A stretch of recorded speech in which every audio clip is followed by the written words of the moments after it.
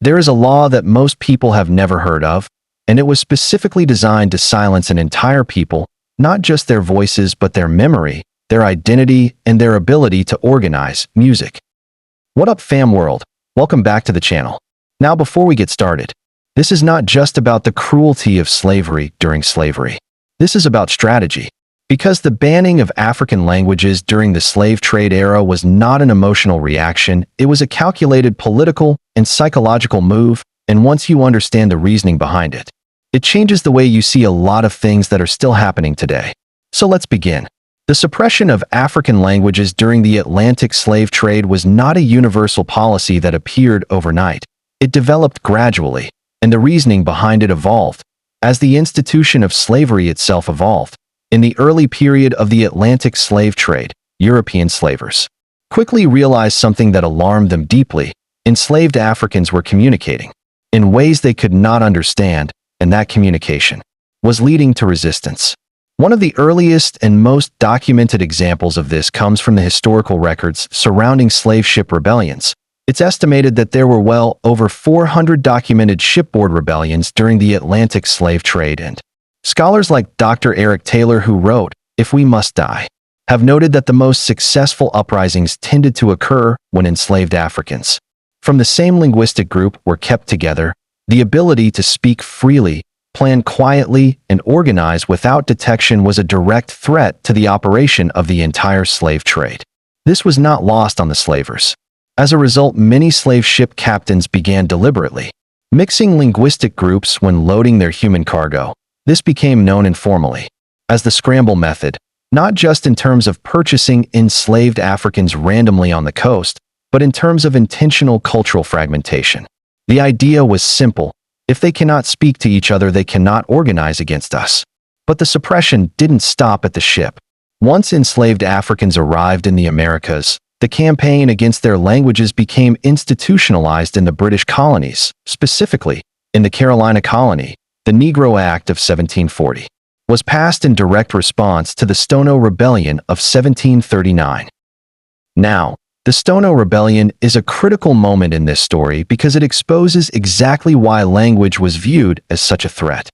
The Stono Rebellion was led by a man known as Jemmy, also called Cato, who is believed by some scholars to have been Congolese and therefore likely Catholic given the long history of Christianity in the Congo Empire.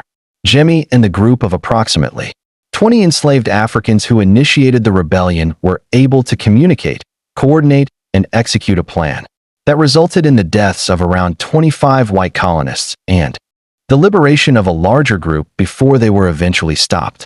The ability to communicate was the weapon.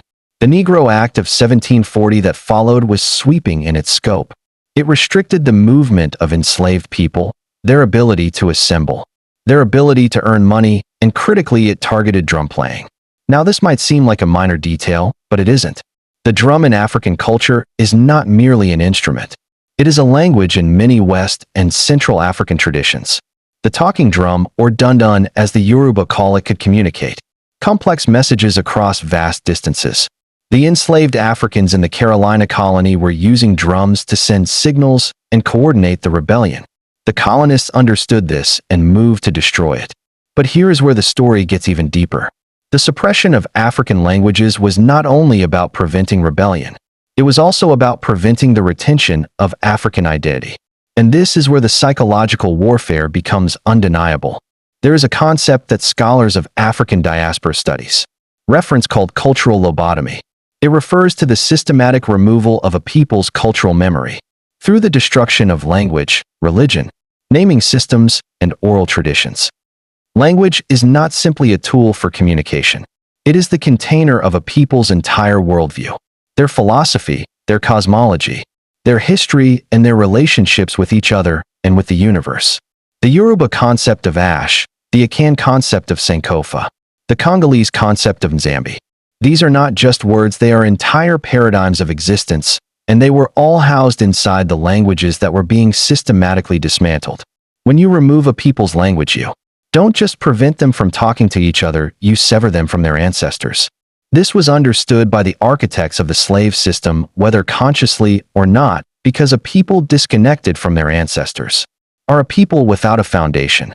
Without a foundation, they are far easier to control, far easier to redirect, and far easier to convince that their condition is natural or even deserved. By the 18th century, in most British colonies, enslaved Africans were being punished severely for speaking their native languages. Flogging, confinement, and, in extreme cases, mutilation were used as deterrents in French colonies.